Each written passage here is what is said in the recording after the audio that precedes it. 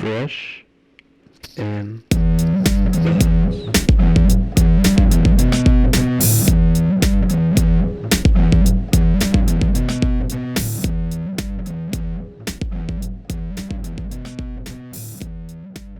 All right, welcome back to another episode of Fresh and Buds. I'm your host, Tommy Fresh, and you are all of my buds. Today, we are joined by Chris Young from the Banished Zone podcast YouTube channel. He does with his girlfriend, Bryn, who's been on the program, and it's a great show. We have an exciting show for you today, or this week, and it's going to be a lot of fun. We're going to talk about expansion slots. We're going to talk about Lexi and possibly what's going to happen whenever the banned and suspended announcement comes out. We have a lot to do, and it's going to be a great episode. But before we get to it, I do want to shout out to the sponsor of the show, which is you, the patron. The Patreon is in the show notes. It's a great way to keep the mics hot, the lights on, and it's a nice way to support the show. And some other things I'd love you to check out is the Buds Discord. This is also in the link tree below. And the YouTube, which we are doing awesome. I'm working on Levi cosplay. It's very hard. It's gonna take a bit because I'm struggling, but we're getting there. Yeah, you can find all that in there. And if you're listening on Spotify or anything like that, give us a rating on there. Helps the algorithm, discoverability, all that fun stuff if you're enjoying it. And also Wednesdays at 9:30 Eastern. We didn't do it last night because I had a work event, but that is when we do the Bud Rush Bellow with Gary, a.k.a. Mr. Viz. We have a way more sillier time than we have on this show. And not to say that we don't get silly on this show. We get silly sometimes on Fresh and Buds here. Tune in for the end of the show. Charmer's probably showing up. We'll see. Until then, check out Chris from the Banished Zone. All right, we are here with Chris Young from the Banished Zone, which is an excellent YouTube channel, podcast show, whatever you want to call it. We've had Bryn from that same program on the show. Now we get Chris, and I'm so happy to have Chris on because Chris is a bud, and it's always a pleasure to see you in the Flesh and Blood events because we're both Northeast buds, right? And we happen to see each other, especially when there's events in like the Jersey Convention Center and stuff like that. But yeah, I think I saw you at the PT one there. I saw you at a Battle Hardened in Jersey. We've run into each other a few times. Oh yeah. Well, and it's always a pleasure, of course. And now I get the absolute pleasure to have you on the show, Fresh and Buds. So before we get to that, I mean, what's going on? How are you doing? I'm pretty good. We got back from US Nats, I guess it was last week now. I got sick right after we got back. I think we got possibly COVID or some kind of con flu. I had a little fever. We tried to go to CVS and get COVID tests, and they were sold out, which is always cool when they don't have those. So I was fine. I was just sick for a little while. But yeah, US Nats was really fun. It was my first time playing in an invite-only event in Flesh and Blood. So that was a cool experience. They give you the little bracelet for the Nats area. You get a free prize, a promo, the Prism card. I had a great time. It was a cool time. Yeah, it's awesome. Well, I'm hoping you're feeling better. I mean, we're almost 2 weeks removed from Nats at this point, but I'm feeling fine. Yeah. Awesome. Well, I know a lot of folks got a little sick, but it is what it is, and just take care of yourselves, and that's it. And because guess what, Flesh and Blood is the best game ever, and we can't help it. Put our lives on the line. That's true. You can only play it in person. So if you're afraid of getting sick, you got to mask up. You can't stay home and play on an online client. Yeah. Now, obviously, I mentioned you're one half of the Banished Zone, and I obviously love the name as a Levi player. Between Dusk Till Dawn and Bright Lights, presumably, since we have Dash in the set, there's going to be a lot of messing around in the Banished Zone itself. But before that, I do want to get to know you and the buds to get to know you. And I think a great way, as I usually ask, is to ask how long you've been playing trading card games. Let's see. I first started playing Magic when I was 11, but I did have a period in my 20s for a while where I didn't play. So I guess on and off 20 years. But intro to TCGs. I remember Pokemon TCG being a thing, and I like collected some of the cards, but I never actually learned to play. I think I played it once, but when I was 11 for my birthday, one of my friends got me a couple Magic card decks, and I got like a learn to play little box and learned to play with my parents, and fell pretty hard into that in middle school, early high school. That was, I think, I'm 34, so when I was 11 and got into Magic, I think Prophecy was the current set. So I got to experience. I played in Onslaught, Odyssey, Invasion, whatever that set was called. Um, Mirrodin block was like one of the last blocks that I was heavily playing it for. So I played a lot of Magic like relatively casually. I never really went to bigger events than like Friday Night Magic. When I was in middle school, there was a teacher who was really into Magic and did like once a month drafts after school. So that was really fun because it was like a bunch of other kids, so people like relatively on my level. It was, difficult, and drafting's always fun, but it wasn't like I was trying to play against adults and getting creamed. Yeah, I mean, that's always kind of been mind blowing to me when I hear stories of folks that have gotten to play with like teachers. Like, that would have totally blown my mind in middle school. And like, obviously we have some teachers that do content in Flesh and Blood, and obviously teachers that play the game now, DM Armada and etc. But that is like a cool thing, right? Like, and I think it's a positive. I personally think it's a positive thing, and because it works the brain. Definitely works the brain, and Really, that's what teachers want you to do. So, but that's pretty sweet. So you played Magic into middle school. Did you take a break in high school, and when did you revisit? Yeah, I would say like Magic. I just when I entered high school, I started getting into other stuff, getting into music, getting into video games, dating, social life, like all kinds of stuff. And I also have heard people say that like the set after Mirrodin was Kamigawa, and a friend was like, a lot of people dropped off Magic around then because like I didn't really realize at the time what a big deal the whole Mirrodin block was, but it was one of the biggest. Like there was a huge amount of power creep in the whole what do you call it, affinity mechanic. Oh yeah. It's like it was so busted they had to ban like they basically had to ban the whole deck even out of like vintage because it was that strong. And then Kamigawa was like I think a little lower power because they were trying to like not power creep, and then it ended up being kind of like a weird set that people didn't love. I feel like that was part of it. Maybe like Magic was just, it felt hard to keep up with too. It's something I like about Flesh and Blood is that like you can always go back to an older deck unless it LLs and just like play existing stuff. You don't have to get new cards all the time. But yeah, I basically just played Magic like very occasionally, like when I was visiting home, like visiting my brother or something, would play because I still had the existing cards. But I would sort of like look into it sometimes once I was an adult, like in my early mid 20s, and I felt like there were so many sets that had come out that it was like hard to follow new formats and like the new I still don't really know how commanders work because they didn't introduce like what are commanders, like allies or something, like that didn't exist when I played Magic. So I'm almost like a Magic boomer in a way where I like played in the really earlier days of the game. Yeah. I mean, Commander.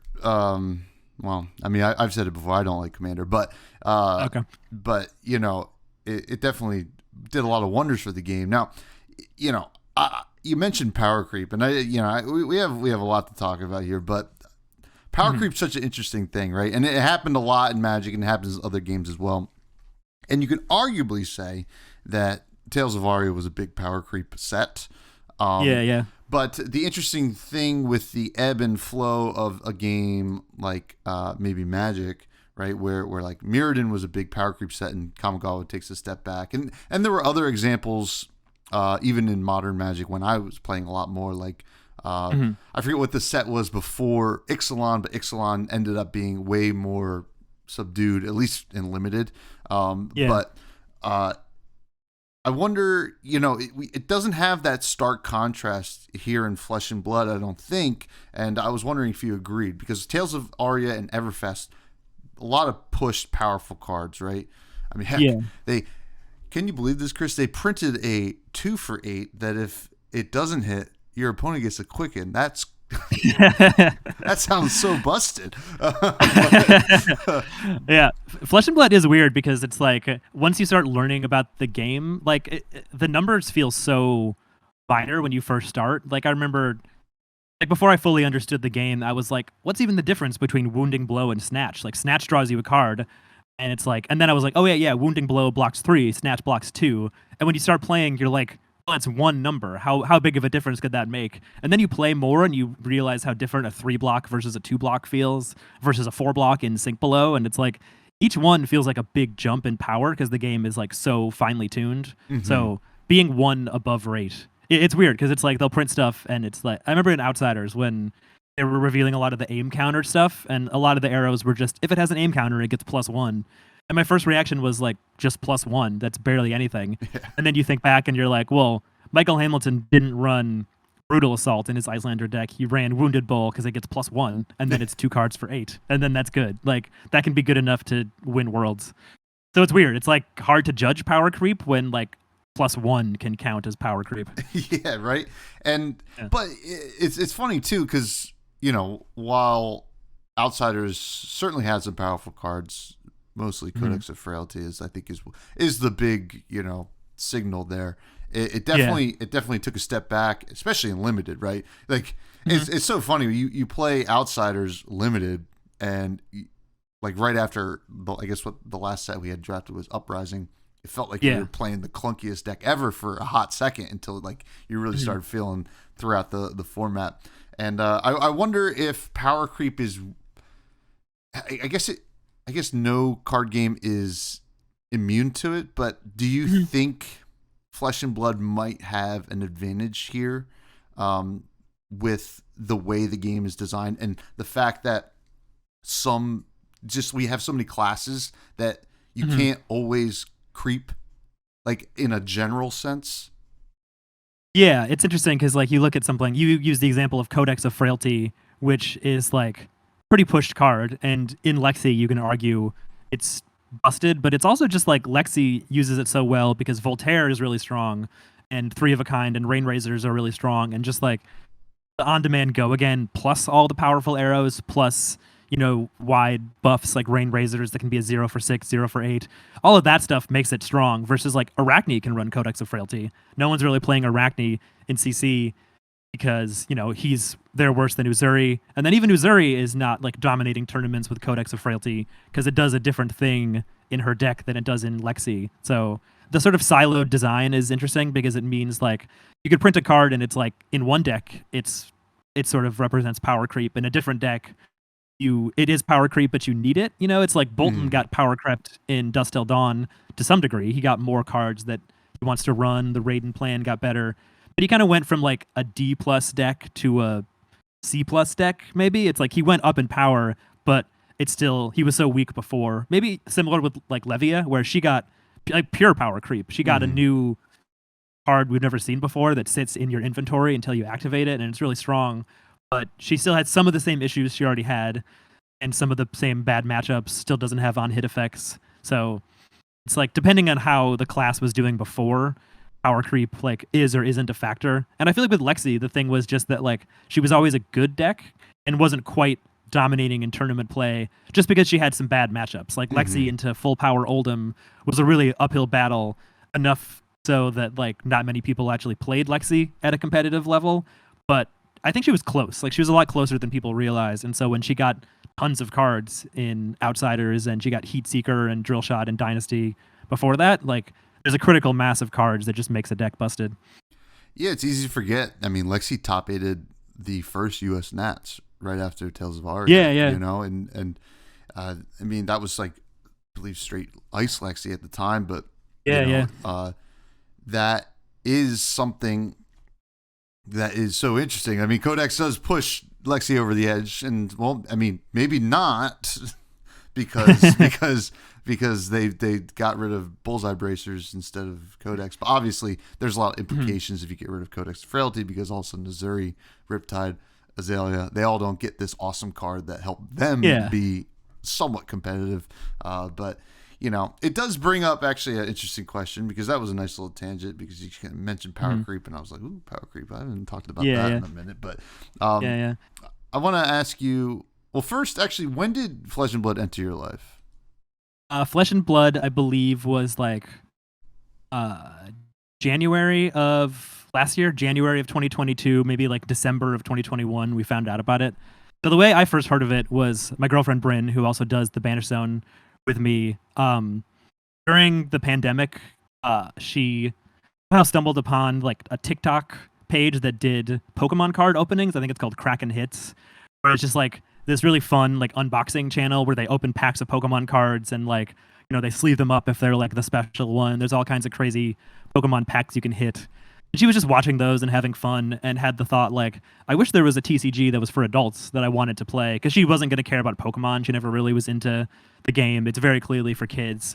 And I think she just Googled like best TCG and found some article, might have been like a TCG player article or something, where it was like Magic, Yu-Gi-Oh, Pokemon, maybe one other game, and then Flesh and Blood. And so she was asking me like, have you ever heard of this game, Flesh and Blood? And at the time I had never heard of it, because I wasn't really following the TCG scene. In her assessment of it, she was like, it kind of looks cool, because like you equip all your armor, so it's sort of like Dark Souls. Like we got really into Dark Souls in like 2019, played a lot of those games. So the idea of like starting the game with a weapon and an equipment loadout, and that you could like swap them around and sort of like change your build, was really appealing, and just like the art looked cool. And I think we just went to the like store locator page, and we found the closest store to us, which was a store in Greenpoint called Action City Comics. It's like a comic shop that also does armories on Tuesdays. And I think we showed up and bought a couple decks. We watched some YouTube videos. We like did a little research on the game and like what good decks to start with were. I think we bought like 4 Blitz decks. I feel like we got like Bolton, Oldham, Briar, Prism. I don't think we got Levia. But we like just got some of the pre-built Blitz decks and started showing up and playing. And both of us got pretty hooked on it. Like at a certain point, we kind of fell in and like found heroes we really wanted to play. And I've basically been in the scene ever since. So it's been like a year and a half now, I guess. Or no. Yeah, year and a half, I think. Is that all? Yeah. I don't know. It feels longer. I mean, yeah, time has no meaning, right? But, yeah. But now, you play this game now, right? And you played Magic, as growing up, and I guess fell out of it, and then find Flesh and Blood later in life here. I think that's the crazy thing about pandemic, was that we all were willing to try anything, right? Totally. Yeah. And Flesh and Blood, for a game that is supposed to be played in person, somehow really benefited from a pandemic. It's weird, yeah. Which is cool. I think it's it'll be a fun like part of the story later in its life cycle. Now, this is a question I haven't asked in a long time, but what do you think makes a good trading card game?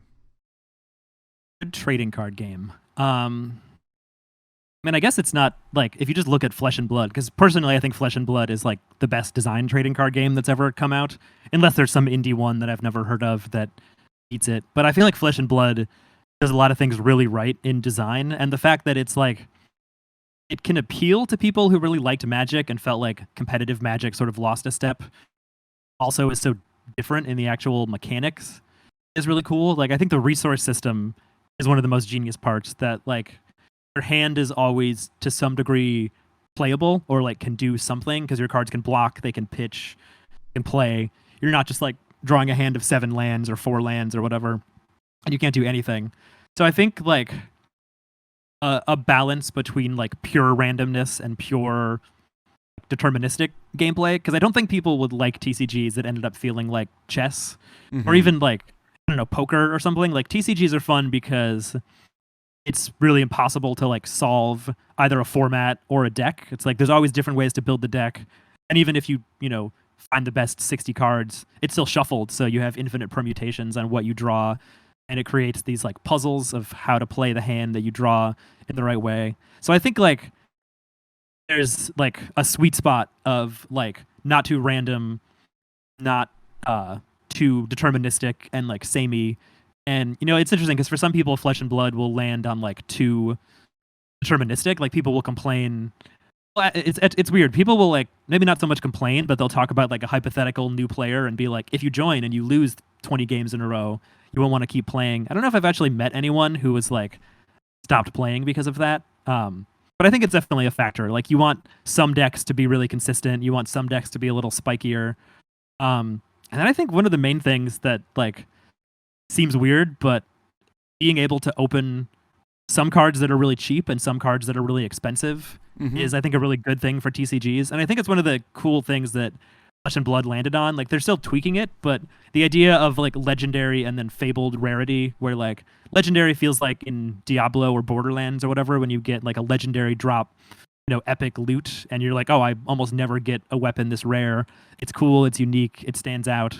And then fabled being even a notch above that, where like I think it's good that they haven't made generic fableds in a while, because those can be sort of like too applicable to too many decks. But the idea of like a really, really rare hit is cool. And like I think that's sort of like one of the things that makes TCGs like have a reason for existing, is like that opening the packs can feel fun and can sometimes like pay your way to playing the game. Like for example, the first draft I ever went to, pack one pick one, I opened a Tunic. It was the Farewell to Wraith like weekend, and I opened a Tunic and had it in my draft deck, and I just had a Tunic going forward. And back then it wasn't even as expensive. I feel like it was like $90, which still feels crazy when you're like not used to TCGs and you get back into them. But yeah, I don't know. I think like people are often sort of have a knee-jerk response where they're like, they should reprint everything into the ground and like make everything cheap. And it's definitely good when they reprint stuff in certain like targeted ways, like when they reprinted Crown of Providence or putting Tunic in Bright Lights. But if you make cards too cheap, then it starts being a burden to like store owners, because then they just have these boxes sitting on a shelf no one wants to open. It's like not as exciting to open it, and then when no one's opening it, there's not like a singles market, and like there's a lot of give and take that has to happen of like how much value do you want cards to have, how little value do you want cards to have. So I feel like Flesh and Blood does that well, where like you can make a deck that's free essentially, or you can make a deck that's thousands of dollars if you're Mara and you're like 2 of every cold foil dragon, gold foil snaps, like as high rarity as possible. But you also can make a deck for like $20 and you can play it at an armory and you can do well, or you can just draft. And so I feel like limited is also a big one, like being able to play sealed and draft, to have a format that you don't need any kind of collection for. You can just show up and play, or you could just buy a box with your friends. I think that's really important too. So I feel like some level of consistency in how the games play out, some kind of chase cards that you want to hit in packs, but also like a way to play more cheaply and limited is all pretty big stuff. Yeah, absolutely. And that was something that I always thought, especially on the limited side, that Magic did really well, right? You had players. I knew these players. I would only see them at drafts and pre-releases. They would show up. They didn't want a collection. They would say, all right, did I get something like that was worth money? I'll trade it into the store for credit, and I'll use that the next draft or whatever. And then some young player can have my chaff. And that would be an ideal situation for me to see, kind of like a wish list for Flesh and Blood. If I start to see players like that would be very cool. Obviously, I think we're quite a bit of ways, but away from that. But that doesn't mean that we aren't kind of taking the steps forward, right? We're about to have Bright Lights, and then I believe after is going to be another draft set, I hope. I've heard that. Yeah, I think Brian Gottlieb confirmed that at some point. It's like you can find it if you dig on the website or something. Yeah. So once we get to that point where we're getting draft sets over and over, like I think things are going to start to feel a little bit not don't want to say that things feel bad now, but they will feel really good, right? And totally, that's very, very cool. So I kind of like that perspective. So now obviously you're playing, you're doing your thing, you're enjoying the game. When did you decide that you wanted to start doing content for the game? So we first started the Banished Zone channel, Bryn, because like I was saying, she originally like got interested in TCGs because she liked the idea of like cracking packs and like that kind of content of like opening stuff on stream. And I think one of the very first things, I think she streamed a box opening on her personal channel, and then like the first thing she did when she made the Banished Zone YouTube was do some box openings. And she ideally was wanting to have like, she really liked box battles when DM Armada would do those, and she wanted to do her own or like just open boxes for people. So that was the first thing that we were doing, is just like she was streaming box openings. Sometimes I was also on the mic kind of commenting on it. And at a certain point, we talked about it because we've done other podcasts together for a long time. She has another podcast of her own. We've done some streaming. Like we've done various stuff together, and we like kind of mentioned it, and we're like, yeah, we don't need to do a whole podcast. There's like not quite enough to talk about. And we just like reached a point where we were talking about the game enough that it kind of made sense, because we were like having the same conversations we record now anyway, but not putting them on the internet. So she was like, we should just do like a, weekly, ended up becoming bi-weekly, because doing it weekly, it feels like sometimes there's just not that much to talk about. But doing a video podcast that we also put out on audio platforms. And it's funny because once we started doing a podcast and doing YouTube videos, that got more people to watch because it's just like more consistent content. And then Bryn was able to find people to do box openings and box battles and stuff on the channel. So it's like when she originally just launched it and was like only doing openings, it's like a little harder to get viewers. But doing a podcast and it helped. Once we were a podcast, I feel like more people were sharing it. Like we had Flake come on the show, Tall Timmy and other people like that were talking about it. So that was like a year ago ish, I think, that we started the show. I don't remember exactly.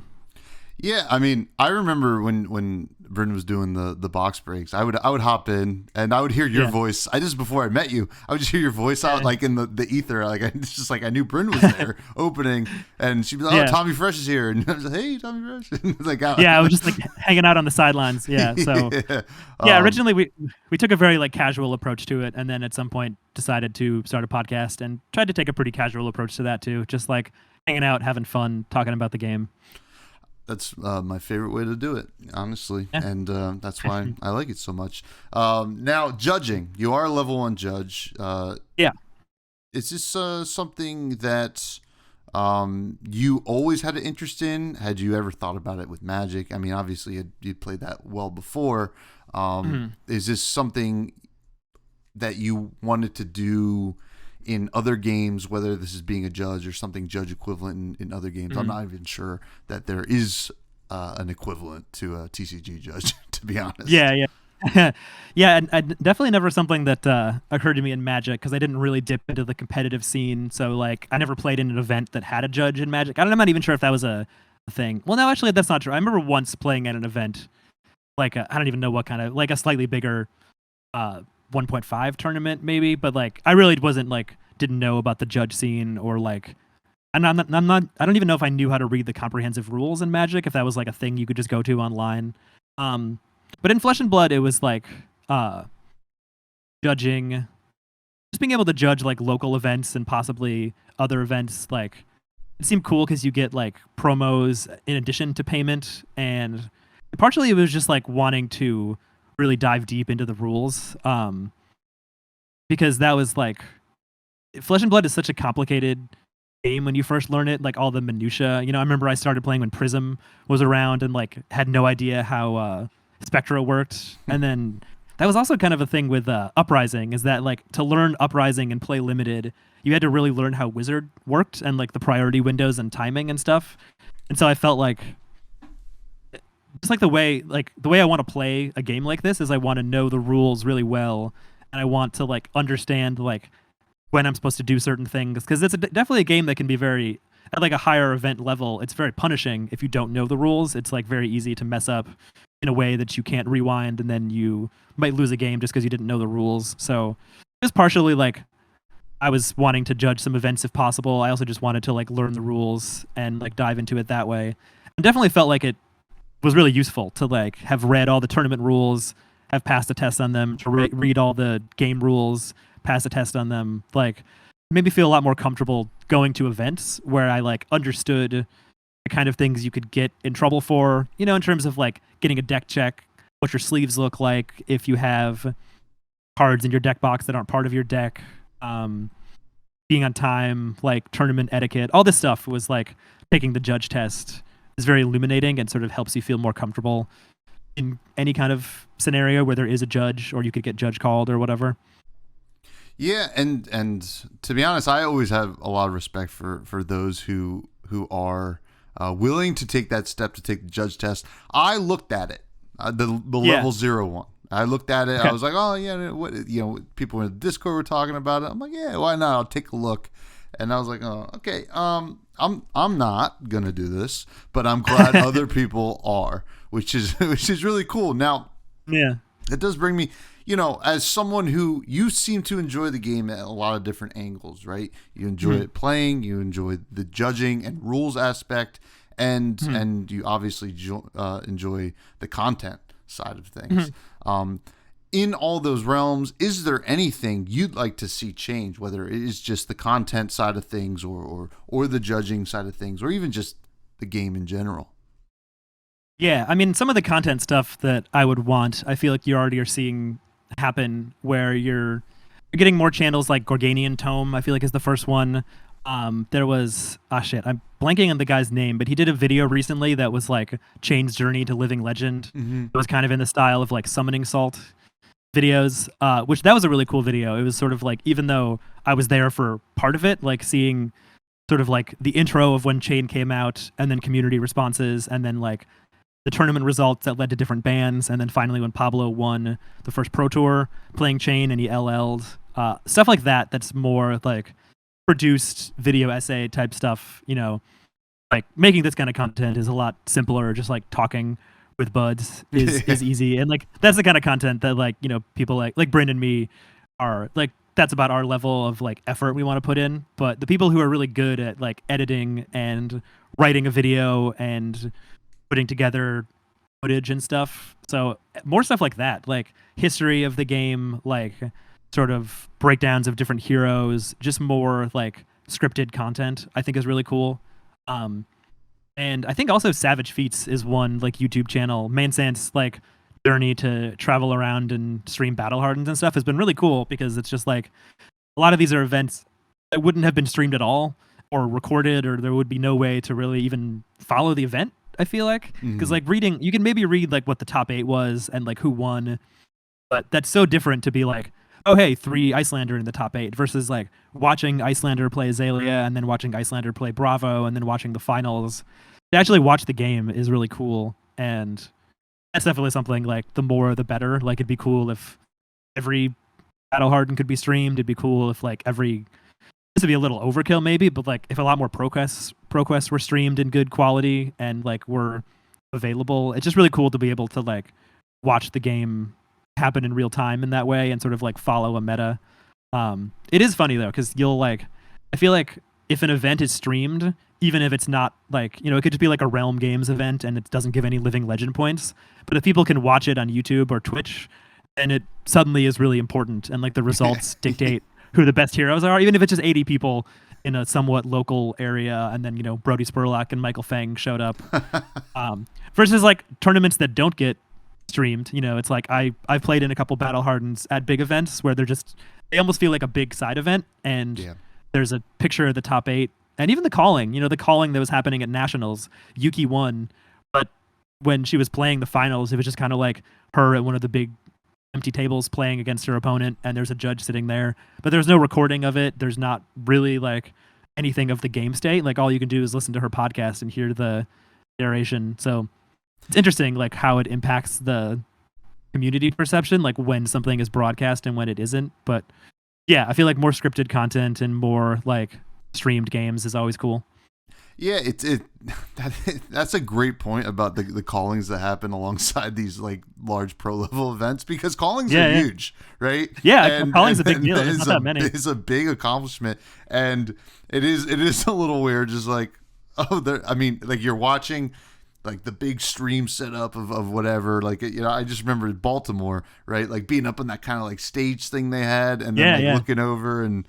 I was like, what are they doing over at that table? Oh, no, that's the top 8 of the calling. It's a very funny, just kind of, I don't know, even just like thing to watch. But now, and also you bring up a good point about all this stuff getting streamed, ProQuest, whatever, and ties in with And I forget who made the video of the Chains journey. It's very good, and obviously Gorganian Tome and all these video essay that we're getting right now. But the more stuff that gets streamed, the more stuff that folks like that can pull from when they do whatever, like Starvo's, Yeah, that's true. Journey or whatever. And that's kind of cool. So, that's a great answer, Chris. You're killing it, man. Now, time for the fresh faves. The fresh faves. I'm going to ask you some of your favorite cards in the game, and you're going to tell me what they are. And we're going to start right now with who is your favorite hero? Well, I feel like my answer now might be a little controversial, but the honest answer is Lexi Livewire. But I didn't start playing Lexi because she was meta. I actually picked her up when she was very off meta. Because I was telling you when I got into the game was last year, January of 2022, and I didn't quite know which hero I was interested in. I didn't know where to jump in. And one of the first things I remember reading was Yuki's article about her Death Dealer snapshot Lexi, and it just the way the hero played sounded so cool that I was kind of I think this is what I want to try. I want to try playing Lexi. I think Bryn had also bought a box of Tales of Aria, so we had a copy of Voltaire. We had some of the arrows.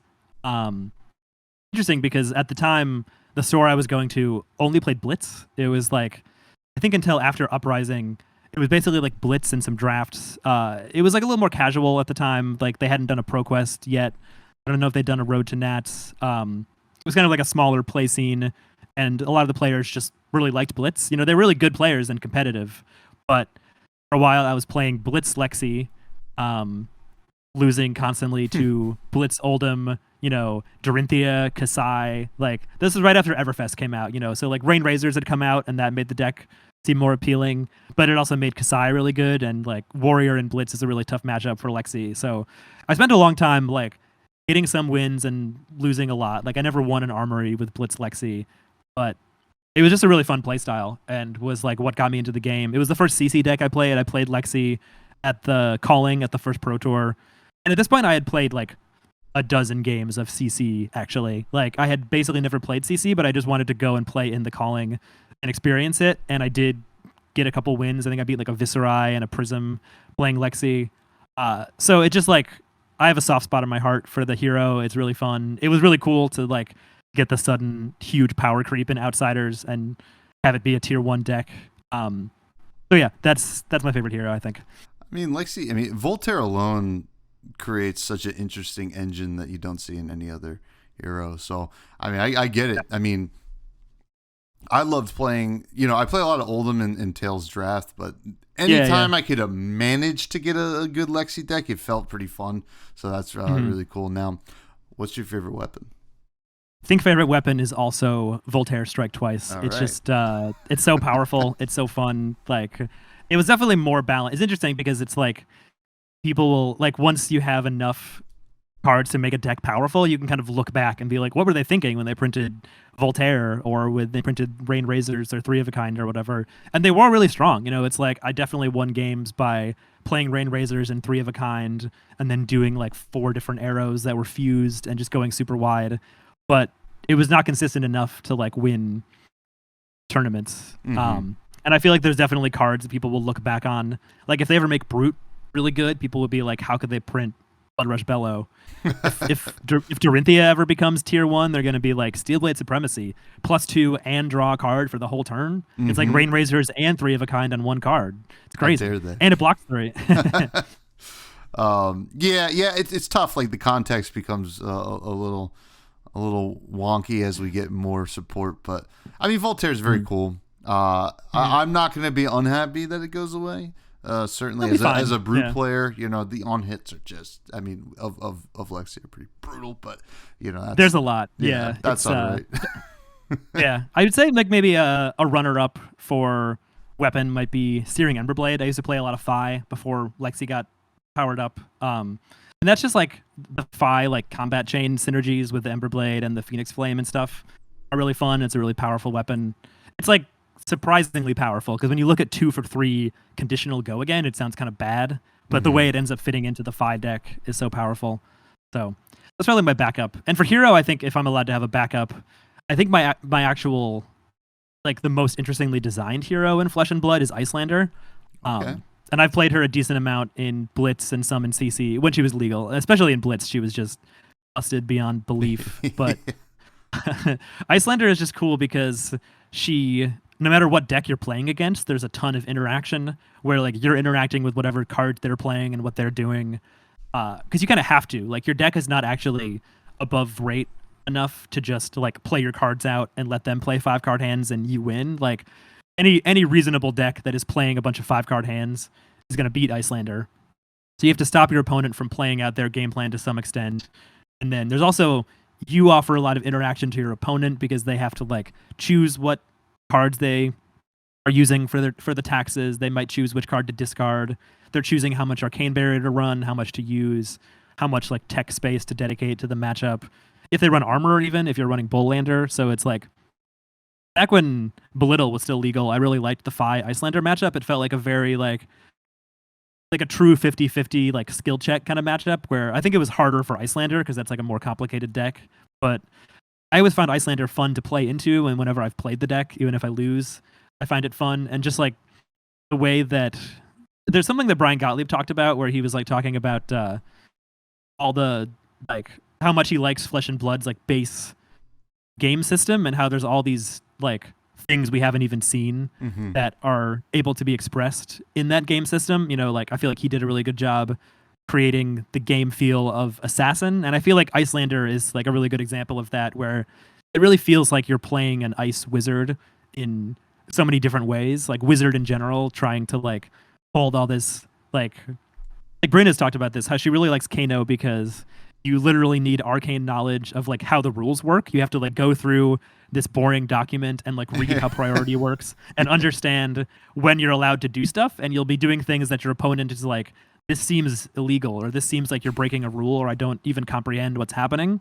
And it's really fun to, like, have that be part of a game system and be, like, relatively balanced. Like, Icelander was, I don't even think, like, super busted, just, like, a little bit above rate. Stormstriders is really powerful, and then, like, Ice is really powerful, so it's kind of a double whammy. But I think right now she's pretty balanced. She's not really the best deck, and it's just, like, I hope that going forward there's a lot more decks like that, where there's just, like, on both sides of the table, a lot of stuff to think about, a lot of interaction, a lot of cool stuff you can do, a lot of really unique stuff that feels wizardy and feels different than just, like, playing 0 for 4 attacks.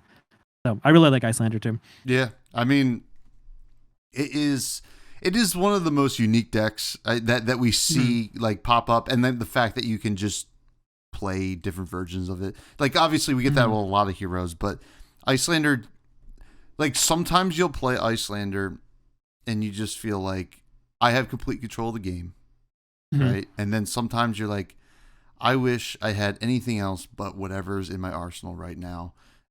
And Yeah. and it's cool because, you know, that does feel like a wizard, right? Because if the spell's not good enough, you're about to take a punch to a face, and you know, you don't have great armor or whatever. But now, speaking of armor, what's your favorite equipment? I feel like the obvious answer, because my Lexi is my favorite deck, is New Horizon. But I think maybe, like, outside of, like, enabling Lexi's playstyle, just in general, I actually really like Snapdragon Scalers, because it just goes in so many different decks, and it's sort of like, I feel like using Snapdragons demonstrates how powerful action points and go again are, and being able to choose, like, the perfect moment to gain go again on something. Like, you usually run it in Lexi. I used to run it in Fi. I used to play a lot of Briar and run it there, and, like, any kind of armor that, like, gives you a lot of flexibility, you can always activate it at a specific time you want to push damage or push drawing a card with Snatch or something, and then, like, having it sitting on the board being threat of activation is also really fun. Like, armor that just blocks or just, like, gains you a little bit of value is cool, but armor that is, like, almost another card you can play, so you feel like you have more of a toolbox available, is really fun. So I like that one a lot too. And it closes out games, you know, and Yeah. like, it's like one of those cards. Like, I always bring up Brute stuff because I'm playing a Brute's lot of cool. Brute right now, folks. I don't know if you could tell, but but like Reckless Swing, when you play it, like it has probably the highest win rate when played. Yeah, that's true. and I feel like Snapdragon Scalers in certain decks, I think you usually pop it in Lexi when you really want to close out the game, or at least get close to closing out the game. And that's pretty cool. That's pretty cool. Like the spikiness of it is very cool. Now, what is your favorite run of the mill card? Attack actions, non-attack actions, instant stuff you put in your deck. I think in terms of cards I put in my deck, I have to go with Snatch. I feel like Snatch is just like a perfect example of like a powerful but not quite pushed card where it's like sometimes insanely above rate because you draw a card, so it's almost like 0 for 7, but it doesn't have go again itself. It only blocks 2, and if they block it, then it's only 0 for 4, so it's perfectly at rate.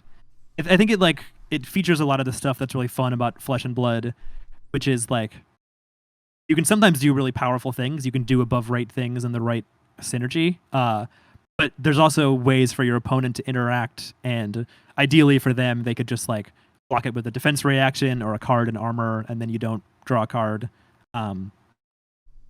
The first Blitz deck I played after I kind of dropped Lexi and Blitz, I started playing Briar a lot. That was like I feel like that deck sort of like leveled up my understanding of just like evaluating like card value in Flesh and Blood, where it taught me how good armor was because Lexi had no armor, and then Briar has a lot. And then you're running a lot of generic cards that are like, a 0 for 4, a 0 for 3 non-attack pump, and then you're trying to use Briar's ability to get embodiments to gain a little extra value, to give stuff go again, to turn on Rosetta Thorn. Like all these ways you're trying to like play cards in synergy to be more powerful than just like base rate of the card. That's definitely like a big thing in trading card games is like you want to be able to do, if not like a full combo, like play 6 cards and then instantly win the game, play Exodia or whatever. It's cool to have different cards that when you play them together do something more powerful than just either card on its own, and then try to build your deck around doing that a lot. Because it's sort of like if you never could do that, and then every deck was just like 0 for 4 that blocks 3, 2 cards 7, like you can imagine a very boring version of Flesh and Blood where it's just like pure vanilla blocking and swinging weapons, and then that's like the kind of balance you need. And I think it's why trading card games have to deal with power creep so much, is that you do want you want like a nice baseline level of like, here's what cards can do, here's what decks can do, and then you want every class to sort of have their own way to go above rate, to do something broken, to do something absurd. And then the issues just come in when it's like a little too powerful. When you look at your chains, or you look at like Aether Wildfire, Blitz, Kano, or stuff like that, like decks that can just do something so unfair no one else can interact. And I feel like that's the balance you want. You want like something powerful enough that you can win games, but that other people can still beat you. It's very tough to hit, I think. Yeah, and honestly, Snatch is a great example of what we will probably like after year 5, we'll say, what are the classic Flesh and Blood cards, right? Snatch is one. Sink Below is another one, whatever. Yeah. Command and Conquer. And do you think LSS knew the Snatch was going to be a classic by just calling it Snatch? Because it just is. Everything's going on there that just makes sense, which is pretty cool. Yeah, it's so simple. Yeah. I feel like it's one of the really cool things about like making this a non-rotating game is that like they don't have to keep reprinting like different versions of Sink Below or Snatch or Scar for Scar or whatever. It's like they can print these cards. It's one of the things that I found cool about Flesh and Blood at the start too, is that like often like you'll look at a deck and like all the best cards are actually commons or rares or something. Like Sink Below is like arguably a top 5 like card in the game. Yeah. The amount of power, like it's above rate. It doesn't use your action point. It can stop on-hit effects, which are some of the strongest things in the game, is being able to hit your opponent and like do some other effect.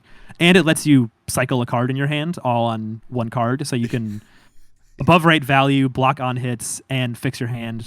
It's crazy. It's like it's a card that will be played forever unless they power creep it, which like they clearly will never do because they printed a slightly worse version of it in Fate Foreseen, and then I think decided 2 0 for 4 D-Reacts is all that should be available in like the generic pool, because it'd be really annoying to have more than that around. I think like fatigue decks would get really good, defensive decks would get really good. And then they could easily reprint them, like, you know, like we saw Scar for Scar and Uprising, like when it makes sense for a set, which is for in limited, which is a great opportunity for them. Now, those were some great answers, Chris. But now we have to get down to brass tacks here, because Bright Lights is coming out. Spoiler season kind of started. We're seeing the expansion slots, and then we saw some other stuff from the Dallas Fort Worth sign up, but we're not going to talk about that. You know, we haven't seen like the real meat and potatoes of what Bright Lights is going to be, at least from a gameplay standpoint, but we're seeing these expansion slots. Now, we knew the one thing we knew was Tunic was going to be in it, which is obviously exciting. It's an expensive card. Everybody wants to play it. Let's get more into rotation. How many more rotation is going to be hard to say right now, but currently, what is your initial impression of this slot and the types of cards they seem to be putting in these slots? So far, it seems really cool, and it gives me hope that makes it seem like maybe they will try to phase out supplemental sets in the future, because it's definitely something like when I first joined the game, the first set I was around for the release, you know, it was like weeks after we started playing, was Everfest came out. And I feel like Everfest had like a decent amount of hype. There were a lot of really good cards for every class. They kind of printed a lot of staples. And, you know, you look back at Crucible of War, that set is a lot of people's favorite set. Like there's so many cards from Crew that are people's favorite card. There's all this like iconic armor and stuff. But it sort of felt like there was this weird thing where like Crucible printed like a ton of staples, and Everfest printed a decent amount of staples. And I think I don't know that. I don't want to like speak for the developers, but like my theory would be that like they didn't want to keep printing. It's weird because if you just print a staple, like a card that always goes in the deck, then you kind of have to power creep existing cards and you create a lot of homogeny. Like if you just are printing cards that everyone would run in every supplemental set, and you're kind of just dictating what decks look like. And so Dynasty is one of their most like experimental sets, I feel like, where you had a lot of stuff for archetypes that don't exist yet and might never exist. Like you had all these shield cards for Guardian. You had what else is in Dynasty? I mean, you had like Arachne. They printed a new hero. You had the Axe just stuff. A lot of, like, that's starting to see some play, but then there was some other totally weird stuff as well. Yeah, definitely like a minor impact on competitive CC, which is fine. Like not every set has to have that kind of big impact, but I feel like Dynasty and Dusk Till Dawn has been most like belly aching you've seen from the community, the most like lack of interest, and it's also just hard because like cracking packs to play sealed or limited is so fun. Like I'm not someone who's a big gambler, so I don't actually love buying like multiple boxes of sets just to open for fun, because I feel like if I miss hitting a legendary, then it just feels like you wasted your money. If you hit a legendary but it's not what you wanted, like there's a lot of Majestics that are maybe better just bought as singles. Like from just like a player perspective, it makes the most sense to buy singles. But I also want to be able to open packs to support the LGS, because the LGSs do so much for hosting armories every week and invest a lot of money into the game and stuff. So I feel like being draftable is such a good balance where it guarantees the set gets opened, gives you a reason to like buy a box and then play draft. So there's definitely something that you feel is like missing. You know, it's like Dusk Till Dawn was a cool set and had a lot of cool cards, but I wish that the pre-release could have been playing sealed, you know, and I'm already really excited to go play sealed of Bright Lights. So I feel like the expansion slots could be them testing the waters of maybe doing like one expansion set a year, or maybe reaching a point where there's actually no expansion sets and they just put those cards out in each draftable set, but in a way where it doesn't impact the limited meta and just kind of like can do everything. It's like fun to open, fun to play limited with, fun to crack shuffle play, also supports other heroes and other classes that aren't part of that set. So yeah, so far the cards seem cool. You know, we have a couple new cards for Assassin, like it is weird they put a new Bolton card in when we just had another Bolton legendary, but I don't know, maybe he's behind the curve. Like he really didn't have many like legendaries that he wanted to run No, he mostly ran like Tunic or Courage of Bladehold, and then like Snapdragon Scalers, like Brave Forge Bracers. So I think it's cool to like just have an opportunity to buff up certain classes, give support to classes, and do a draftable set at the same time. Yeah, no, absolutely, and I'm actually a huge fan of it. And I had talked about my idea that the problem for me with expansion slots, or not expansion slots, supplemental sets, Yeah. like it's so tough. Like obviously, I was like a big Levia player, and sure we would get in Everfest. We got Swing Big, and I guess Wild Ride, and then Dynasty. I don't even know if we really got anything that great in Dynasty. We got Rock, but like Dynasty did have Berserk Berserk. combo. Levia that's a real deck possibly. And like that was, but like it never really felt like this, like that they could truly supplement each hero, right? It's so hard to do, especially when you get into the realm of these talented heroes, right? Like you can't, like whatever's good for Viscerai isn't necessarily good for Chain and Vincent, etc. Yeah. So I think this might be an elegant solution, right? We'll see how it plays out. Depends on the prices of these cards, right? Because we don't, like, the pull rates might not be that great, but we don't really, I mean, it's hard to say right now because they can give you numbers, but until people start opening and we have actual data on it, we will see. But I'm excited. The Spring Tunic is huge, right? I think that's a great reason to buy packs. I think, like, if you're not into limited and you're like, well, I need some cards from Bright Lights, but I also kind of need a Tunic, for those who are more into the gambling side of things. And but Tunic's obviously big. I think we could talk all day about how great Tunic is and how happy we are to have more options to hopefully open it. But you mentioned Bolton's new card, which is Warband of Bologna. I got it up here right now, but it's a Light Warrior equipment headpiece, 2 block, has temper, has an action, costs 2 resources. You destroy it. The next time you attack this turn, you may charge your hero's soul. If a yellow card is charged this way, draw a card, go again.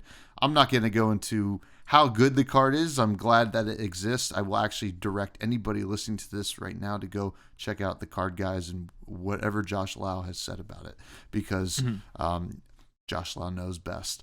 Very cool to have this. It is, like you said, a little weird to have it right after Dusk Till Dawn, but also gives me a little hope for Levia. Yeah, true. She just got support. Maybe they'll give her more cards, more equipment, something, a headpiece. I guess you just got Scowling Fleshbag. That's a really fun. It's one of the coolest headpieces anyone's gotten in a while. It's unbelievably good too. But we did get something for Assassin. So here's the funny thing. Like, obviously, Arachne was Brian Gottlieb's first baby in the game, so you kind of you see more stuff getting snuck in here that hopefully Arachne becomes actually really playable. But the other legendary we saw is an assassin arm piece. This is, I guess, the last piece of the silver buyback kind of cycle. It's just Street Razors, 1 block. Assassin Arms legendary. When this is in your graveyard, start your turn, do the 2 silvers you can pop to re-equip it. It has Battle Worn and attack reaction. You can pay 2 to destroy this. Target attack action card defending an assassin attack gets -1. Seems pretty good, but do you think that's enough to put Arachne over, or is Azuri just going to be playing this? Yeah, Arachne just like struggles because it's weird because like Arachne's hero ability, I feel like, is so minor. Just like, it's an interesting idea, and like I feel like sometimes in Flesh and Blood, just information can be powerful. Like opting can be really strong if you're playing a deck like Kano. It's like I have Ophidia is really, really powerful, even though it's just 3 resources and then opting 2, and it can't block. So it's not impossible to imagine that being able to like look at your opponent's deck and manipulate it is powerful. But it feels like it's not quite enough on a hero ability when you compare it to, like, I don't know, like there's so many heroes that kind of just like gain a free point of value from their hero ability. You have Lexi is just like give go again or a Frostbite. Briar is like increase your block, gain go again. you can go really crazy. Look at Chain, and it's like free go again and free card draw on your hero ability. But I guess it's partially that Uzuri has like a better hero ability and the ability to run all the same cards, and Arachne doesn't have any specialization that's reasonable for competitive play. Mm-hmm. So 'cause I definitely remember like when Uzuri came out, like that was my first take was like, well, this is a cool ability, but it doesn't add any extra damage. It doesn't like actually add value to your cards. So therefore I don't think she'll be that good. And I was very wrong about that. Like it turns out that being able to swap cards in, like holding information back is powerful. So I feel like it's design space that is like there's a lot to explore in terms of like how much is just like +1 damage or defense or go again or whatever worth versus like information manipulation, being able to hold information back, being able to, not let your opponent know what you're doing until the reaction step is like in Uzuri, that's clearly powerful. So maybe there'll be like certain archetypes or like more cards that do manipulate the deck that then make Arachne. I feel like if Arachne got a couple specializations that let you stack your opponent's deck even more or something, like manipulate their deck more, then Arachne could become a weird deck that is like really good against specifically decks that like want to pitch stack or play for second cycle that you can completely mess it up. So it doesn't seem impossible that Arachne becomes good, but like it's also possible that it was Brian Gottlieb's first time designing a hero, and he'll just design a new version of Arachne at some point, or like maybe something like the Quivers for Azalea, where like they gave her like straight power creep of just like another zone you can equip cards in. Like maybe Arachne will get some kind of like I don't even know, like a little bag of tricks where they can hold like smoke bombs and shit and poison, and then pump up the character that way. It'll be interesting. It's always really interesting to see what they do with whatever like heroes are at the bottom of the pack, are seen as like the joke heroes or not good, because it seems to put a lot of effort into improving them and making them playable and trying to support the diehard fans who really like playing that deck. Yeah, I mean, well, if Levia shows us anything, it's that they'll just make up something. Yeah. Like, Levia, like whatever, we have a new card for the game, which I think is awesome, and yeah, personally, it's so cool. obviously, we did get some Majestics too. We'll stay on the assassin train here. We have Already Dead. This is a new contract card. It's a Majestic. It's a red, 2 for 6, blocks 3. Maybe it'll blow up an arsenal. No, it doesn't, but it does something else. Its contract is non-attack action cards, which we've seen before. And then when I think it's just non-action cards in general. Oh, like non-action. Oh, not wow. Yeah, non-action cards. When this hits a hero, banish the top card of their deck and a defending card, which is so you want to hit instants and well, you can also hit reactions and equipment, right? If when it hits a hero, if you manage to get through their equipment, which is pretty cool. The big implication here is another popper. This is a great Uzuri card, I feel like, and it's also looks really good. Yeah. I mean, that's the thing. We're back on that, right? The assassin cards. Oh wow, Arachne. Oh wait, it's just really good in Uzuri too. So, but certainly neat. Yeah, it seems like a strong card. It just like the more you print stuff that like can interact with your cards in different ways, and you don't know, like every time there's a new card that Uzuri could be swapping in, there's like different math to do, because it's like if they play like a stealth card, you're like, well, I want to put a D-react on it before I flip the card, because if it's a command and conquer, I can't play a D-react. If it's in my arsenal, it'll just get destroyed. But then if you play it and then they swap into this card, and then they could just like banish your sink below that's blocking, and then your sink below didn't get any block value, and they get to make a silver, and they get to push through damage. I guess they would have to hit. They have to hit, so they won't lose the block damage. You wouldn't lose the defense. Yeah.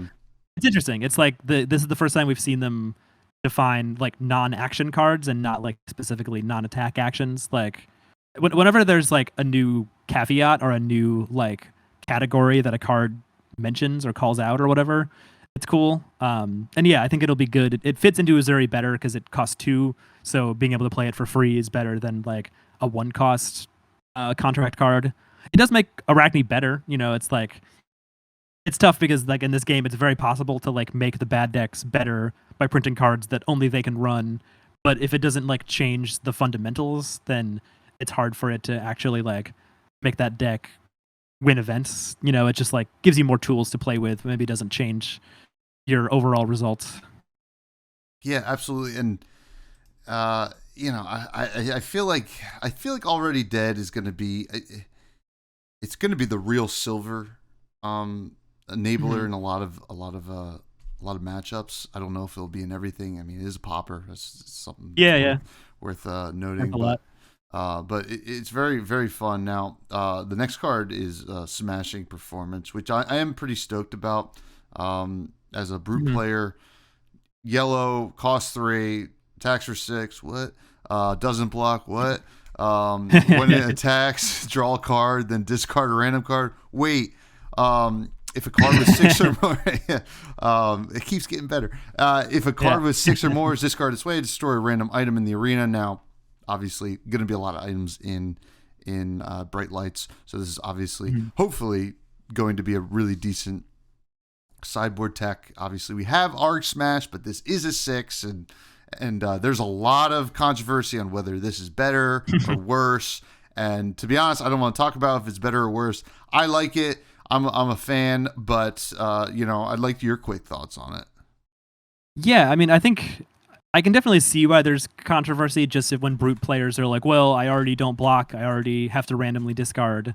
But I think it's good that they're cautious. I always appreciate when they print a card and it's like it feels like they recognize how powerful the upside is of like fits in your curve of being a 6, so it goes in your deck. It pitches, which like the yellow and blue 6s, it seems like they're never going to print another blue 6, or it would take a lot to print a blue 6. So yellow 6 is like the next best thing. And then being able to destroy an item is like Flesh and Blood is interesting because it's so like mostly based around like the 4-card turn cycle, and you kind of like play your cards, block with your cards, pitch them. They all leave the arena and you're back to parity. So anything that sits on the board is really strong. And then anything that can like destroy things on the board is really strong. Like I always think about how they printed Imperial Warhorn, and it's like, oh hey, look, a goofy UPF card. It like doesn't block. It's kind of like for the Emperor. If you're making a jank Emperor UPF deck, it destroys items. And then people were like, oh no, play Fatigue Oldhim, remembrance this card back in, and you can beat Icelander. And like just because it's a card that says like destroy, Insidious Chill or Frostex or whatever, like just the ability to have a card in your deck at all that could destroy those items or their auras, I guess, like destroy those permanents. It completely changes how a matchup plays out, and it's interesting. It's like we definitely haven't seen anything like a board wipe in Flesh and Blood, and I don't know how overpowered they would be or like situational.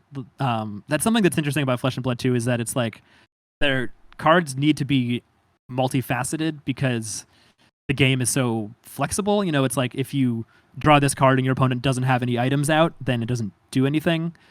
Or like if there's cards you have to draw in conjunction with other cards, there's always like this question of like, is the juice worth the squeeze? Is it worth like occasionally having this hit and destroy my opponent's item or whatever? So I think they're being cautious because they recognize what an unexplored space it is in Flesh and Blood to be able to like destroy your opponent's item. You don't really see much like counter spells in Flesh and Blood either. You have Aether Eyes, which can negate a instant, and then there's Rewind, which like negates a non-attack action, but it goes back to your opponent's hand. Like in terms of like hate and manipulation and stuff like that, I feel like Magic had way more stuff where you had like Wrath of God, Armageddon, you had like targeted destruction, all this stuff. Whereas like in Flesh and Blood, permanents sometimes feel more permanent. It's like they come in with their counters, and it's like they almost in 99 out of 100 games they're destroyed because of their own effects. So I think they are correctly cautious to like not just make it like a yellow block 3 that you would always want in your deck that also destroys items. It gives it some kind of opportunity cost to go in your deck because it could prove to be really powerful in mech matchups or just against anyone who runs items. Yeah, and items usually take like an action point and resources and a turn sometimes. And, yeah, true. and that's big. And you know, I've also read somewhere someone made the point, it's like, oh, maybe brutes want to destroy their own items at some point. So who the heck knows? I mean, you know, they show that sometimes they hint at stuff down the road now. You know, I've been calling the next one for years, Chris. When they printed Wax On, I knew Wax Off was coming. And we have Wax Off, which is a blue ninja defense reaction. It costs 0. It blocks for 2. If you played Wax On this turn, create a Zen State token. Now, I did have to go back and look at what Wax On did. It blocks. It comes in all 3 colors, but when it blocks a 0 cost, it gets a buff. So obviously they're setting up some kind of even more defensive version of Katsu or whatever. And Zen State is an incredible token as well. So kind of interesting, still very narrow, just like Wax On was. But, you know, are you as happy as I am to see Wax Off? It's pretty cool. Yeah. It Wax On was it was like people were playing it a little bit in Ninja in the Lexi meta. Like Dan Rakowski had a Phi build where he was running it under the logic of like it can block, you know, an endless arrow, or it can block a searing shot even if they get +1 from Voltaire. Like being able to block 1 card 5 is really good. I don't remember, but I played against a Katsu at day 2 of Nats, who crushed me. And I think he had Wax On in his deck. So it's like Wax On is a reasonably playable card. I think it's like it would be good in like definitely good against Ranger, but better against Lexi, I think, because she runs more 0 cost arrows. It's good in Ninja Mirrors. It's good against maybe stuff like Mech has some 0 cost, you know, like Briar if she wasn't LL, and a very like Cheerios kind of style. Like just anyone who's like playing 0 cost attacks, being able to block them with 1 card, even if they're buffed, is really powerful. And then Wax On is like, or Wax Off is like definitely one of those cards that looks like goofy and situational when you first see it, like Morlock Hill or something. But it's not like it's that. It's a blue that blocks 2, and it's a 0 cost, so it's a fine pitch card. And it's not a very good block card, but it is a defense reaction, so that's like being able to put it in Arsenal and block with it in a pinch is like, it's definitely not unplayable just as it is. It's reasonably bad. You know, it's like similar to like blue Snatch or blue like Rising Resentment or something, but doesn't function as an attack. But if you could line it up with Wax On and you can actually do both and then make a Zen State token, like you were saying, Zen State's really good. So, you know, if this was a 0 cost blue block 3, it would be pretty easy. It would be very easy to include it. So just like taking away the 1 defense to make it like a bad card unless you draw it with Wax On and then play them both. And then it might be incredible. I don't know. It's like probably a card that won't see a ton of play, but it could be situationally really useful. It could be good in like multiplayer or PvE or something when that comes out. I think it's a cool card. Yeah, definitely. And actually, to piggyback off of that into the last one we've seen so far as of us recording is Tome of Imperial Flame, which is a draconic action. Although I don't know if Fi is really interested in playing it. It costs 0. I don't think so. Yeah, it doesn't block. It says draw a card. If you are royal, instead draw 2 cards. You may pitch 2 red cards. If you don't, banish your hand, go again. So yeah, what you do here is in Dromai, you play it. You kind of like almost get your hand into a certain. You get to filter your hand in a way, and then you create 2 ashes, right? And but you have to. I mean, you don't have to play the Crown of not Providence, Dominion. You could just draw the 1 card. But obviously, you want to draw 2 cards because you want to pitch 2 reds. This is a very narrow card because it requires some deck building requirements, and which kind of also feels like, you know, I think that's what these slots are going to do, right? They're either going to be really narrow or they're going to be great sideboard cards, right? Smashing Performance, items, wax off, 0 cost attacks, you know, like because you're going to play Wax On with it. Already dead. A lot of implications there. Do you think that these slots, or also what are your, I got 2 questions. What's your opinion on the tome? And do you think these slots are going to be pretty much limited to like reprints and then like sideboard / very narrow cards. Yeah, the tome looks really good. I mean, it does sort of, like you were saying, price you into being royal, because if you play it and you're not royal, you draw Mm-hmm. one card, right? So you would play it and then pitch two reds. You draw one card and then pitch two reds. So it would basically put you down one card, but I feel like that's not unplayable in Dromai. Like the idea of a card that you basically like, it ends up being that you've pitched a card out of your hand and then you have a resource and you've played a red card. So it kind of does like two things that Dromai wants to do. Right, because you would draw one and you've played it and then you have to pitch two. So I guess you'd be down. Yeah, you'd be down one card or two cards out of your hand. Yeah, because you play it and draw one. You're neutral. You pitch two. So it's pretty bad if you aren't royal, but like maybe you could run it. But being royal and then like being like your hand is neutral and you've played a red starter and you have two pitch floating and two reds in your pitch zone, it enables a lot of resource generation with the Flamescale Furnace. There's just like a lot of value you can gain. It lets you like play some of the big like 2-3 cost dragons without needing to run blues. You could just like play a Tomultai or play a Vincerikai without even having blues in your deck, just using Flamescale. So that seems really powerful. And yeah, it's definitely very specific, where it's like it works with one build of Dromai. It honestly seems most like tailored to Emperor, because that's just like the deck that could include it.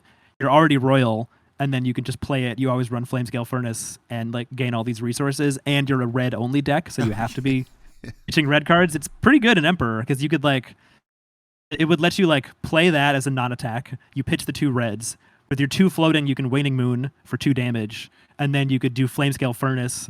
You go up to 3 resources. You can search for Command and Conquer using Emperor's ability and attack with it. And so you've done 2 Arcane and played and like search for and played a Command and Conquer out of your deck. So it might make Emperor better too. And Emperor lost like 2 of his worst matchups in the last Living Legend and Blitz. Icelander and Oldham were like really tough matchups for Emperor. So maybe it's Emperor season once this card comes out. I don't really know. Yeah, maybe. I mean, I forgot about the Emperor, to be honest, until you just said that. I mean, but yeah, I mean, these are all really interesting. I'm excited to see what else they got for us. I mean, I forget how many cards are going to be in the slots, but overall, I'm pretty hyped for it. I think it should be really cool. I hope that it's easy. I hope these majestic, like obviously the legendaries are going to be pricier. They always are. I hope the Majestics aren't crazy pricey either. They don't feel like they're like, oh my god, these are automatic 3-ofs. So hopefully not. But we'll see. I mean, do you have any final thoughts on it? Yeah, I think my prediction is that it's probably going to be fine. Like, 'cause it was interesting. You saw with Outsiders, like from Uprising to Outsiders, they actually lowered the drop rate of Majestics. Like that was one of the first things people noticed when they did unboxings, was like, oh hey, you only get like 5 Majestics or 6 out of a box of Outsiders versus you would get more in Uprising. But it's interesting, and it kind of turned out to be a really good thing. And I feel like a lot of times, like the stuff that TCG players think they want, they don't actually want, because everyone, I feel like if you ask people, they'd be like, make every card have a better drop rate, make it easier to hit. But what they kind of meant in Uprising is like, when the set was really saturated, like everyone was drafting it. It was, RTN or Nationals or the Pro Tour or like Worlds did Outsiders or Uprising draft as well. So it was like constantly opened, and I felt like basically every Majestic in the set was like $1. Maybe the really cool ones like Tomultai were like a few bucks, but it was really hard to hit any Majestics that were worth that much.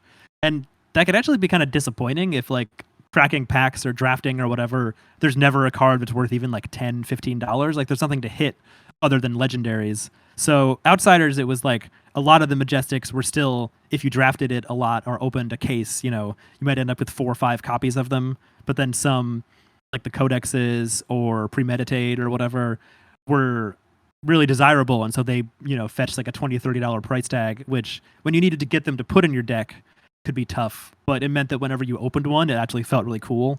And I think some of those Majestics are actually like worth more than the legendaries, like the Redback Shroud is maybe like $10. Trench is like $15.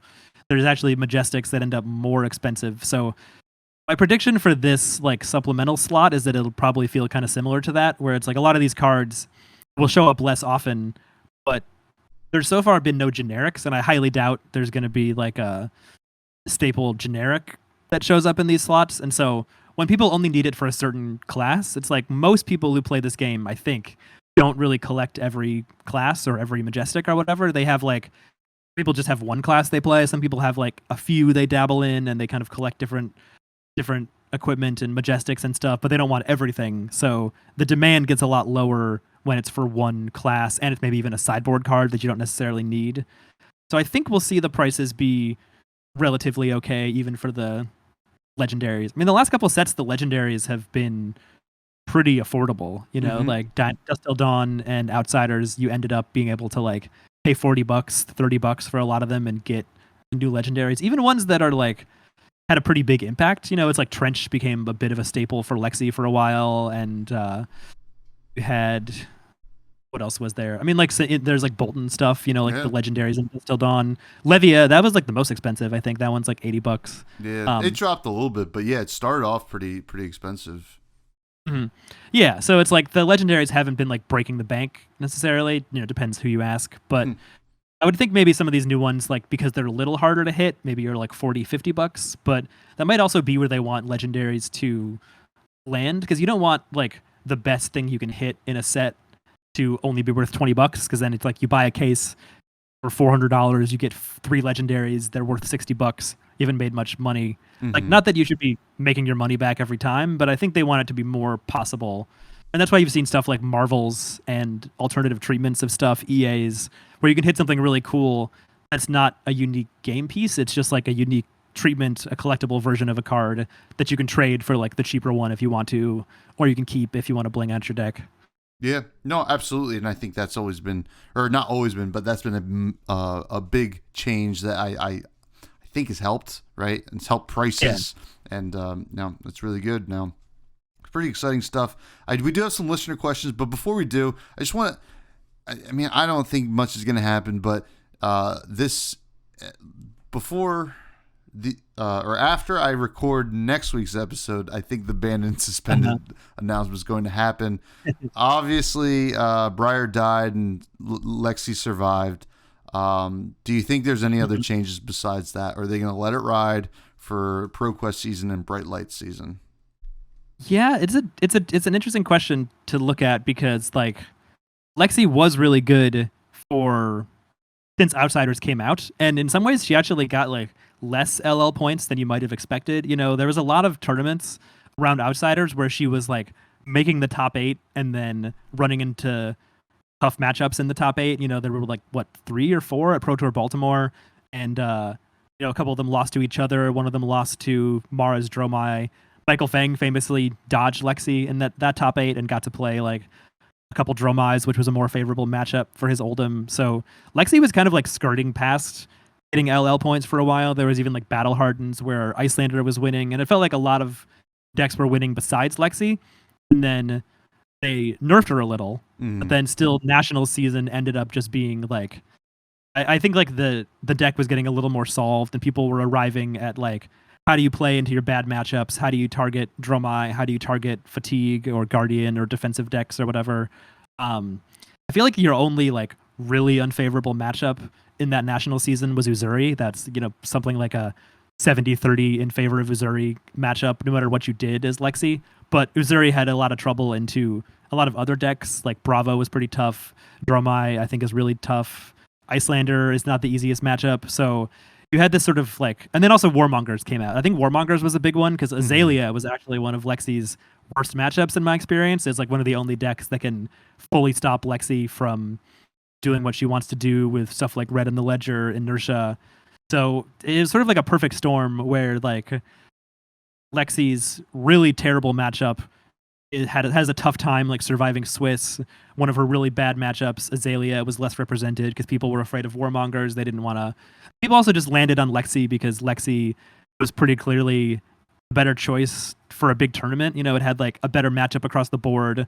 It could use the same power cards as Azalea, like the codexes, but it could also use 3 of a kind and Rain Razors, and you could block really well because the arrows all. It kind of was a deck that can just do everything. It was like the Oldhim of this format, so I think a lot of people just like gravitated towards it. A lot of really good players learned the deck really well, and then it just kind of cleaned up at nationals. So compared to like last year, I think it maybe even did better than Oldham did. I haven't like checked the numbers precisely to see like how much Lexi ran away with things. I think if Lexi had 500 Living Legend points after this season, they might look at further bans. But I feel like because they already banned something and she's close to Living Legend, and I'm pretty sure they want Voltaire to leave the format because they realize like go again on a weapon is way too strong.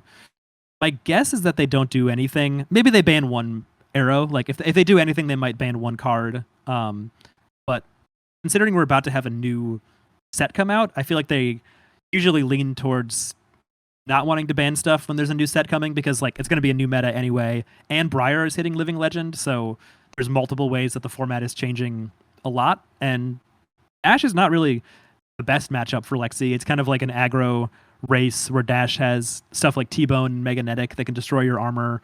You know, Dash going second could easily be a little bit favored in that matchup. So if Dash gets better or there's just new mechs, maybe they assume, I don't know. I think they're not afraid of having a best deck in the format, even if it's like pretty clear. I would guess they're just going to let Lexi ride off through ProQuest season, but maybe they're worried enough about ProQuest season to like hit one more thing, maybe unban something for a different class or something. I'm not sure. But if I had to guess, I would say no changes. Secondary guess would be like a tiny nerf to Lexi, maybe like ban one arrow, and definitely not like a big like nerf, because I feel like they might be afraid of, you know, there's a weird thing that happens with decks like Briar and then even more so Viscerai, where it was like Viscerai was really busted with Skeletor. Briar, when she still had Ball Lightning, was really busted. But then they nerfed them to the point where they actually kind of struggle in the meta. Like Fi did this too. And then you end up with the deck that just like hangs around forever. Mm-hmm. So if they do want Voltaire to leave, then they want Lexi to be good enough to earn Living Legend points and not just like stick around forever, because they want to eventually. I'm really curious like what they're like what the timeline is. Like when do they start making a new Elemental Ranger? Is it as soon as Lexi LLs? Have they already been working on one for like 6 months? Or like, you know, do they just have a backup for every hero in the pipeline in case they LL? Like, they don't really know what's going. They can take a guess, but it's like hard to know when and where stuff is going to hit Living Legend. Like Briar could have Living Legend a year ago, I think, at the Pro Tour Lille, which is she was in the finals of a calling and would have gotten like 200 points or 100 points or something. Mm-hmm. And then Prism won instead, and she didn't. And then it was like a whole nother year of Briar. So like stuff can really swing and change how the Living Legend plays out. So I'm curious, like as the game goes on, how they go about like replacing these heroes, making them playable again. I think it'd be cool if like there's a new Elemental Ranger and it's like more focused on the elements, because I feel like especially with Briar, where like her hero ability didn't relate to being Earth or Lightning at all. It was just like play attacks and play non-attacks. And with like with Oldham, they kind of had to like ban a lot of the like they banned Pulse, so it became harder to fuse. They banned Winter's Wail, so you didn't put Ice Guards in. Like by the end of the Oldham's life cycle, he was just like running 80 really good Guardian cards and Crown of Seeds and Rampart, and it was still a busted deck just because like that card pool was so powerful. But it'd be cool if they find a way to like make a more balanced version of Lexi that can use the elemental cards more, and like her hero ability dictates more that's how they want you to play. You know, sort of like how they did from Chain to Vincent, where it's like she still plays out of the Banished Zone and can use the same kind of cards, but she does it in a really different and like slightly more balanced way. Yeah, and it's kind of funny too, right? If Lexi LLs, right? I mean, they could just do Tales of Aria Part 2, and with all the new ones, because Briar, Oldham, and Lexi. Yeah, I'm with you. I doubt that they'll actually do something. I mean, God, I mean, it'd be so hard, right?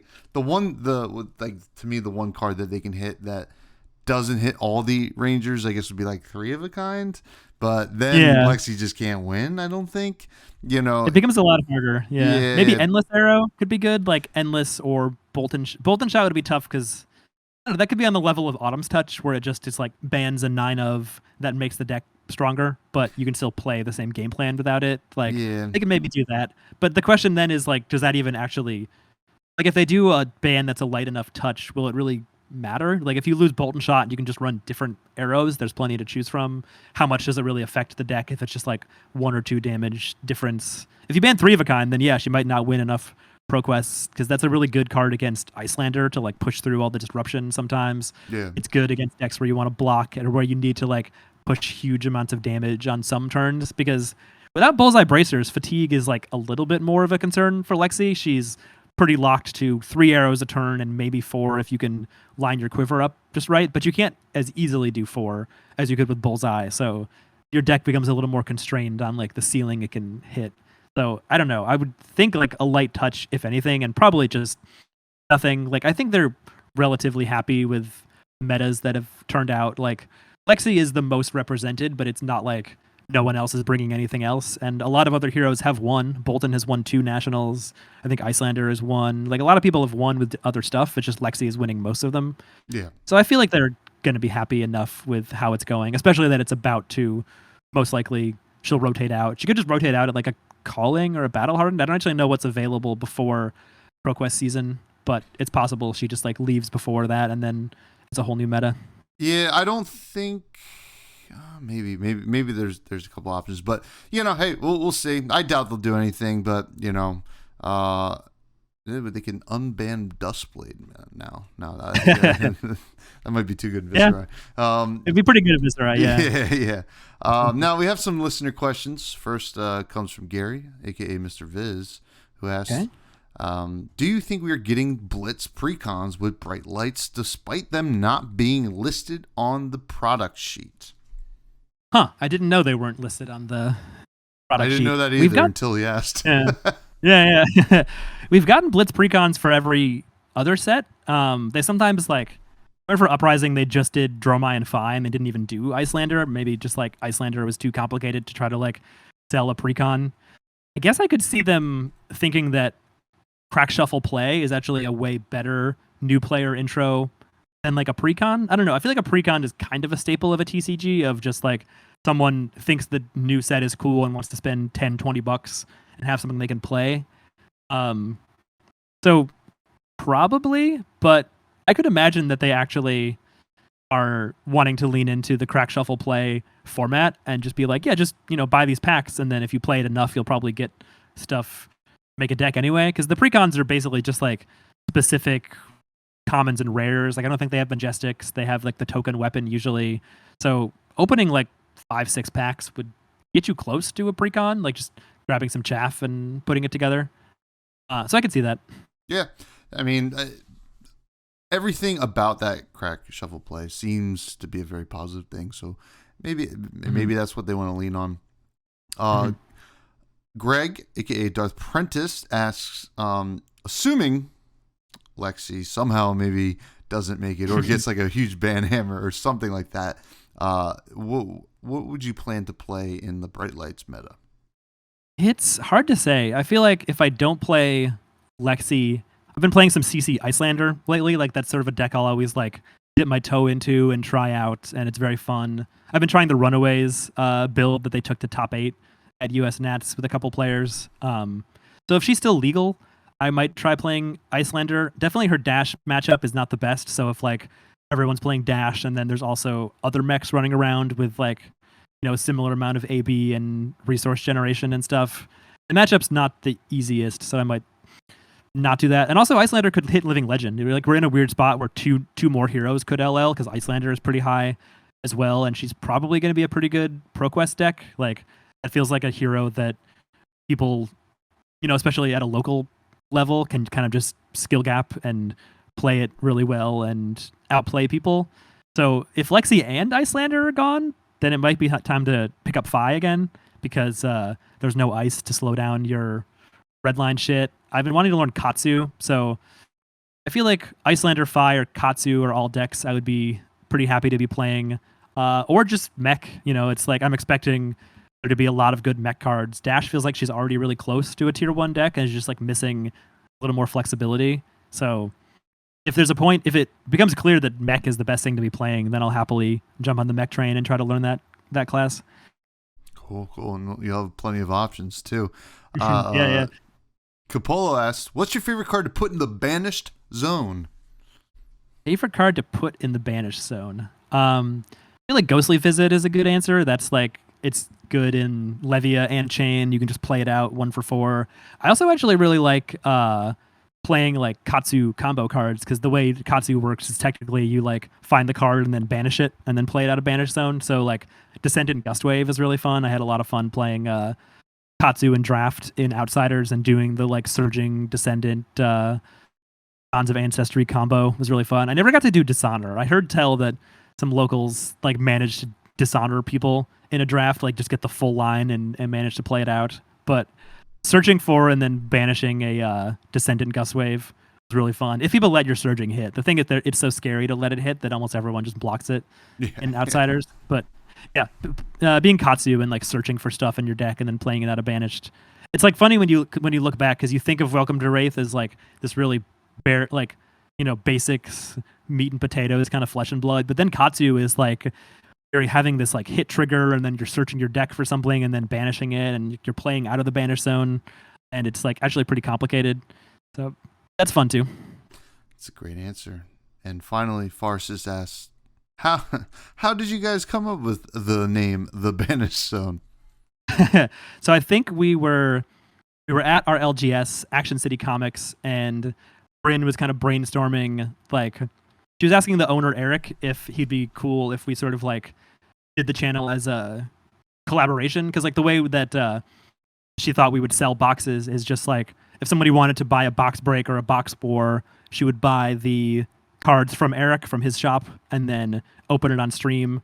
So he was cool with like, you know, doing a sort of tie-in like that, like associating the channel with the store.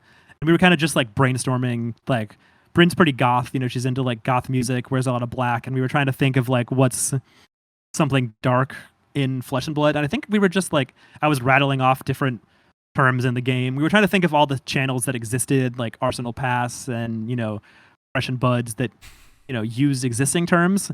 And I kind of just threw out the Banished Zone, and she was like, the Banished Zone is pretty good. I kind of like that. And I think that night at the store, she registered Banished Zone on Twitter. Like she looked and was like, oh, hey, we can get Banished Zone on Twitter.